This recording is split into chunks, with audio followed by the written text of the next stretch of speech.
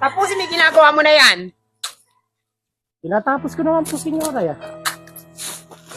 Hindi po ba nakita? Ano na, dami-dami ko nang nahakot sa likod. Manang-mana ka sa magulang mo, sumasagot ka pa. Huwag na huwag niyong maidadama yung nanay ko.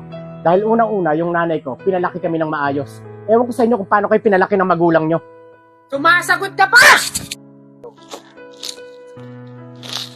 Tandaan niyo to. Lahat ng mga panlalait at pananakit niyo sa amin pagbabayaran niyo pagdating ng araw. Ayop ka. Ayop! Ay, makakabayad sa akin. Habang buhay niyo pagdudusahan niya, mga patay, gutom kayo. Tandaan niyo yung utang sa akin. May ano nangyari sa'yo? Wala. Wala ba sa'yo masakit? Wala. Ano naman ginawa? Ala, sanay na ako. Teka lang po, senyora. Senyora, wag dito. Sukay ka ba, bagay? Senyora. Isa ka ba?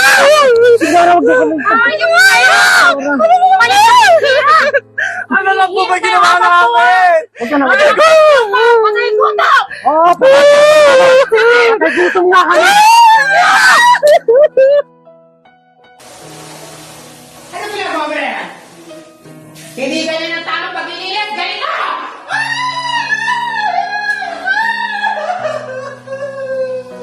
Senyora, bakit po? Ano ba nangyari? Ha? Ano nangyari kay Angelica? Ha? Senyora, bakit po ba? Dito alam mo ba ang sa'yo talaga?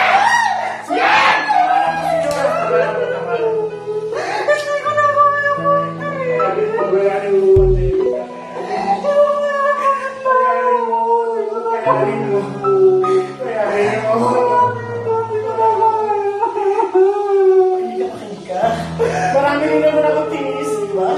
Para makatapos sa ng pag-aaral. Di ba?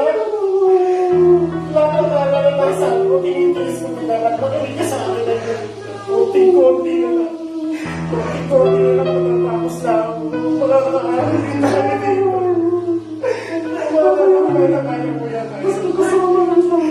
Kaya mo yan, ah.